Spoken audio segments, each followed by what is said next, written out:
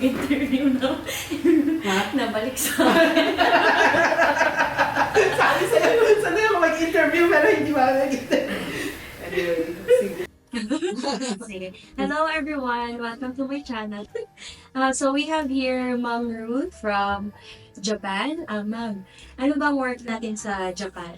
Magandang umaga po. I'm Ruth Carlos and I am a professor in Japan, in a private university in Japan. So, question one, what inspired you na magturo sa Japan? Well, actually, I came to Japan first as a student. And that was in 1987. Matagal na. And I had my 2 years in college in the Philippines. And then after that, fortunately, I was able to get a scholarship. Japanese scholarship, government scholarship sa Pilipinas. I was in Ateneo for 2 years. And then after that, punta na ako sa Japan. And I had my undergraduate and my master's in Japan, in a national university in Japan. Then after graduating from a master's course, I went back to the Philippines kasi tapos na yung scholarship. Then I worked for a while in one of the big universities in the Philippines. Pero at that time kasi ang sinasabi sa amin, unless you get your PhD, then there's no way for you to get promoted as a professor. Kasi alam mo naman, dapat may title. Oo. So I decided to return to Japan to get my PhD. And so in total, yung undergraduate plus 1 year Japanese language course, plus my masteral, plus my research and PhD. Total of 11 years as a student.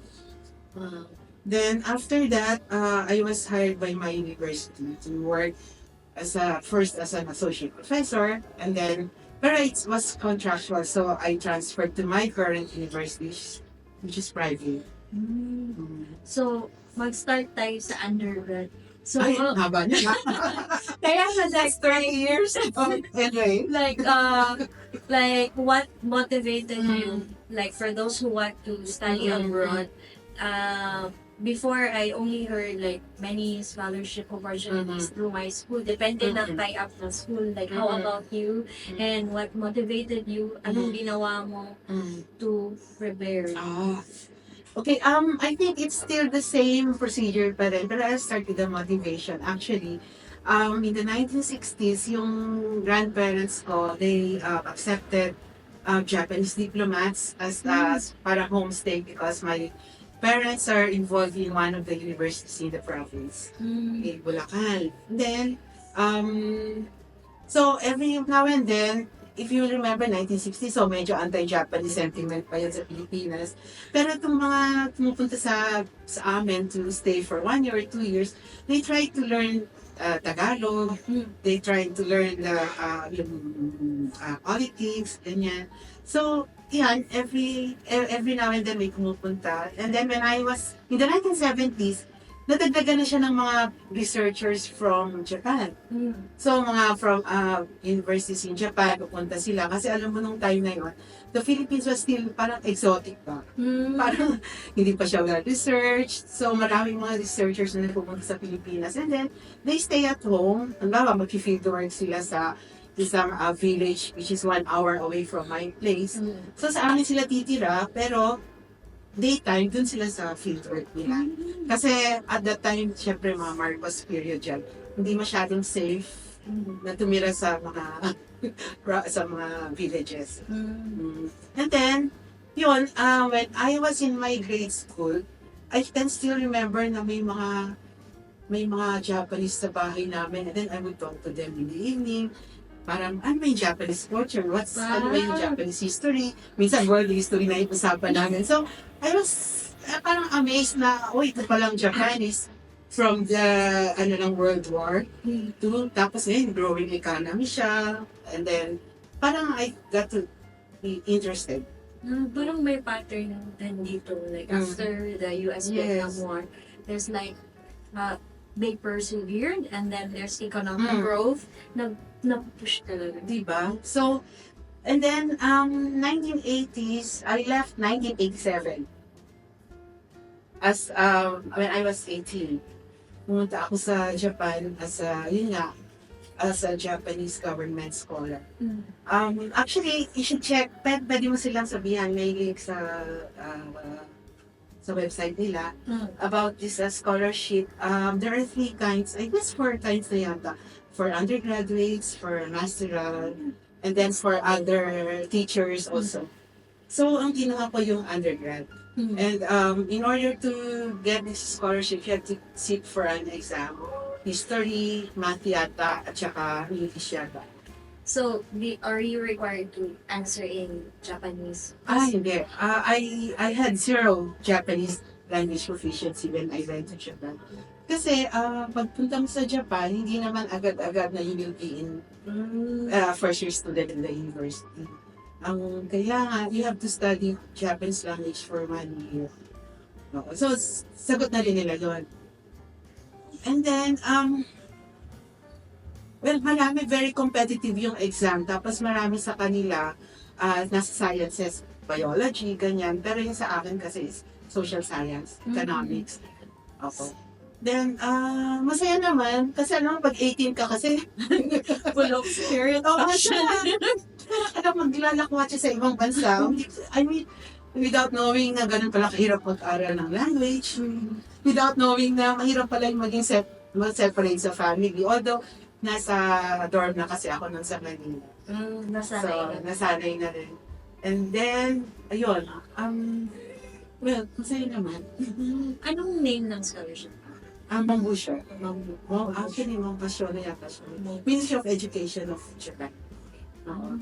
Kasi yung sa IR graduate like yung sa amin naman, nagta-tie up yung mga embassy, French embassy, nagpapatest sila sa amin, tapos every semester, yung sinong pinakamagaling mag-answer about the culture and in that language, isasend nila sa France, sa amin may nasend sa France, sa Japan. Magaling pala yun. Yung sa amin, ang nag-administer ng exam is Japanese Embassy. Pero it's open, hindi nila pinapadaan sa mga universities. Anyone can apply. Oh, that's great. So, meron silang, minsan, mga applicants, may mga kasama ko nagpunta na from Mindanao, meron from Luzon, ganyan, kasi it's parang national recruitment. By the way, ang requirement pala, although ngayon pwede na, at that time, kailangan kasi 12 years of education. So, kaya it took me, I had to take 2 years of college sa Pilipinas to qualify to take the exam. Kasi ang Japan, until high school, 12 years. Ang Pilipinas kasi at that time, siguro Wala pang 10 years lang, di ba? So, kailangan pa ng 2 years sa university. Pero, pagpunta mo sa Japan, it's not counted as university years. It's counted as high school years. The same din sa Europe, yung nag-a-apply ako Oo. before. Tapos yun yung time na parang kailangan i-bridge. Naabutan kasi ako. Hindi pa K-12. So, maganda yung K-12. Yes, Yeah. oo. So, ayun, masaya naman. I had, it was a very international environment kasi lahat kayo scholars. So, from ASEAN countries, from Thailand, from Vietnam, and then from South America. Ganyan. So, ang It layo was fun. na naabot. Oh, it was fun. Japanese embassy. After that, what made you decide to stay longer? Yun. Well, Turning actually, point. alam mo naman, pagkabata ka, very idealistic ka, di ba? So, sabi ko nung after my master's, hindi, uwi ako ng Pilipinas. Kasi, I-apply ko yung knowledge gusto kong makakontribute sa Pilipinas. And then, pagbalik sa Pilipinas, for 6 months, I had no job. Sabi ko, ano ba to? Parang kasi you have to apply. Oo, tsaka, I mean, at that time, hindi naman konti pa lang yung mga Japanese na nasa Pilipinas. Hindi pa well appreciated if you know the Japanese language, if you're educated in Japan. So, actually, ang first job ko was the Japanese embassy. And then it was, I was a local hire in charge of parang sa atin ATN, assistance to national. So I had to go to more or sa courts, yung mga may problema mga hapon sa Pilipinas. Ako yung nakikipag-usap sa court. Although, as an embassy representative, hindi ako pwedeng makipag-negotiate. But, I have to see kung well-handled ba ang kaso, or inaalagaan ba yung Japanese, or yung mga ganyan. So, after a while, parang kung ito trabaho ng babae, kasi you have to take at that time, yung bulletproof na kotse, kasi minsan medyo dangerous na yung yung work. So, I decided to work in university. Yun nga, pagdating ko sa university, sabi nila, pag wala kang PhD, hindi ka mag-grow sa university kasi kailangan. It's either you get your PhD or you leave. You look for another job. So, nag-apply ulit ako sa same scholarship. Pero usually itong scholarship na to, may maximum siya, one time lang siya. But if you stay in your own country for 3 years, doing something na connected sa education, then you can apply for the second one. Kaya nakakuha ako ng second scholarship. And then after that, again, sabi ko, tapos na, makakakuha na ako ng PhD. Balik na ako sa Pilipinas. Pero tamang-tama, it was March. Graduation kasi doon March eh. Right after I got my degree, I was offered a job in the same university to teach. So sabi ko, well, why not? Noong una, sabi nila, kasi wala pang position for foreigners dito sa National University. So, you can only work for less than 2 years. Sabi ko, okay lang, parang experience. Pero parang masarap pala sa university magturo sa Japan. Kasi you can do research at the same time. Kasi sa Pilipinas, meron silang funds or you can look for your own funds. Sa Pilipinas kasi, when you're a teacher, ang concentration mo usually is to teach. So, every day may klase ka.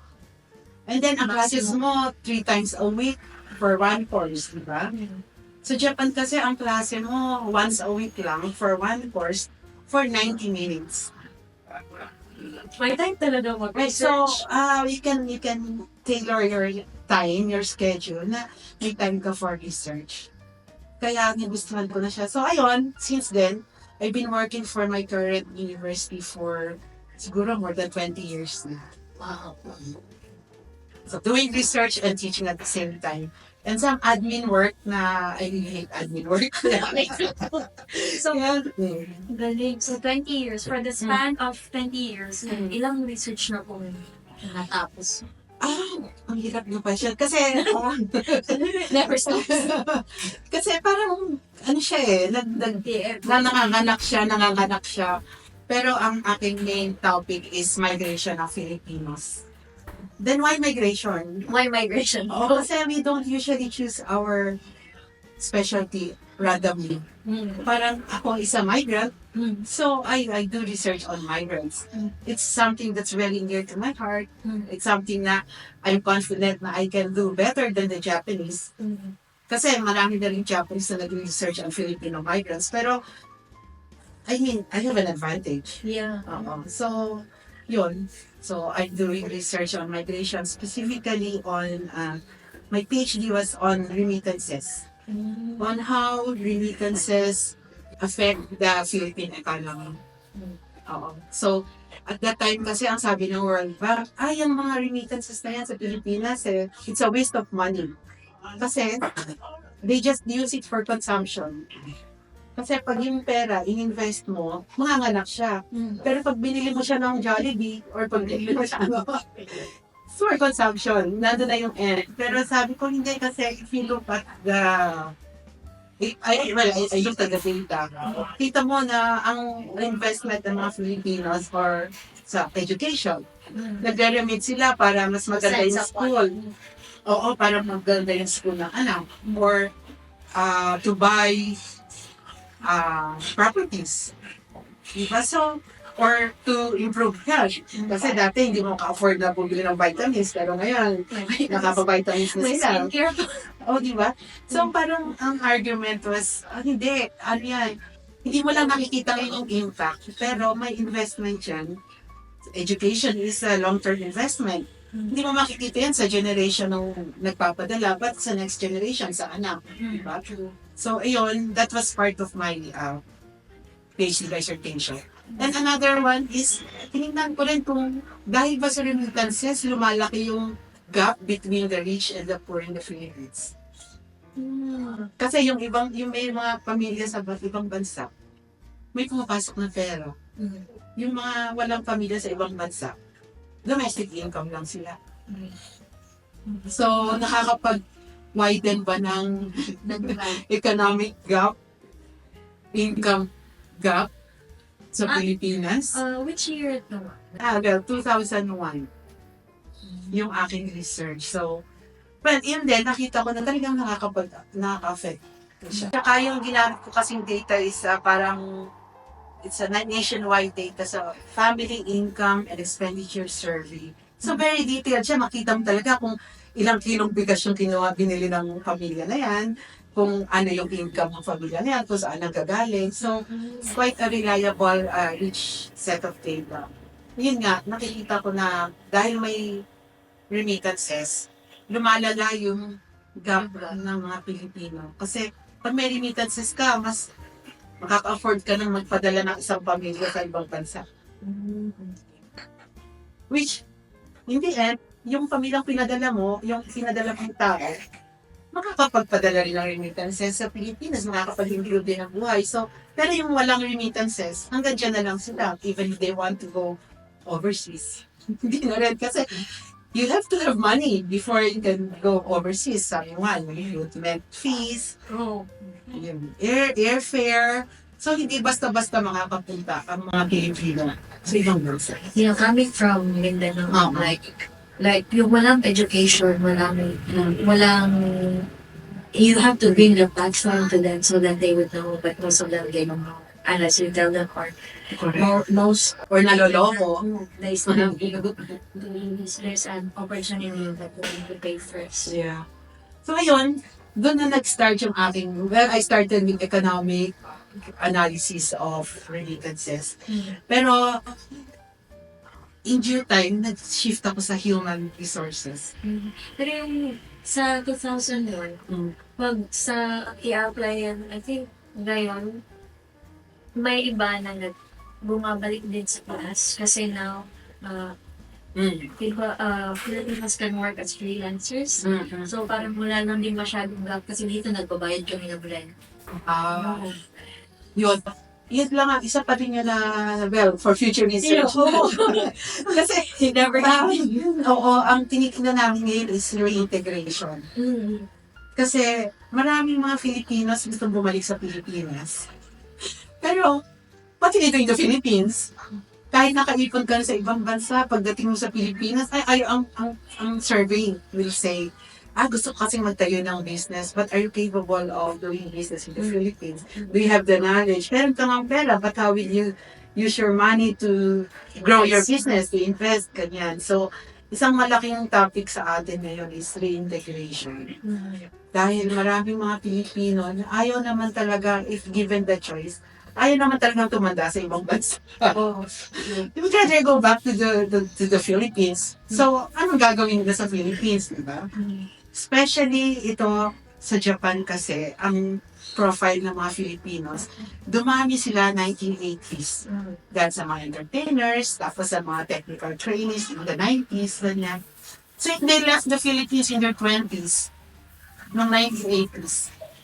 Ngayon, nasa 60 na sila. So, retirement age na yan. So, will they stay in Japan after retirement? Or, babalik pa sila sa Pilipinas? So, well, yung Vietnam, mga bata pa ng profile ko, mga in their 20s, in their 30s, so matagal pa, long shot pa yan. Pero sa Japan kasi, it's a very, parang timely topic. Yan yung isa. And then, well, the reason why I'm here is because I'm doing research on Filipino teachers in Southeast Asia and Japan. Saan ba makikita yung mga research articles?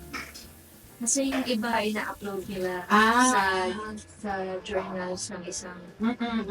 Meron din, siguro if you look at my, if you search um, Google or something, meron naman siguro lalabas na nila. But it's very, usually I started with nurses, Filipino nurses. Pero ito yung aking perspective in doing research. As much as possible, I want it from the perspective of the Philippines. Kasi that's the only way that I think I can contribute to the Philippines. So, tinignan ko like yung impact sa Pilipinas, how will it improve the lives of the Filipinos, or pag umuwi ba tong mga migrants, ano bang magagawa nila sa Pilipinas, ganyan. So, it should always be first thing, yung what can you do to the Philippines to improve life in the Philippines. Okay na. Ano mo ba? What advice would you give to Filipinos who want to pursue research in Japan? Kasi yung sa university namin, tie-up ng JICA. So mostly engineering graduates or engineering students yung pinapadala. How about for those na under social sciences? Social sciences. Well, in my case, I think learning the language is very important. Kasi if you're into research, dapat meron ka munang review of related literature. And if the literature is in Japanese, then you really have to know the Japanese language. Although ngayon, madali-dali na kasi meron ka namang translation, AI translation, meron ka kung ano ba yung mga softwares na yan ang ginagamit? DeepL.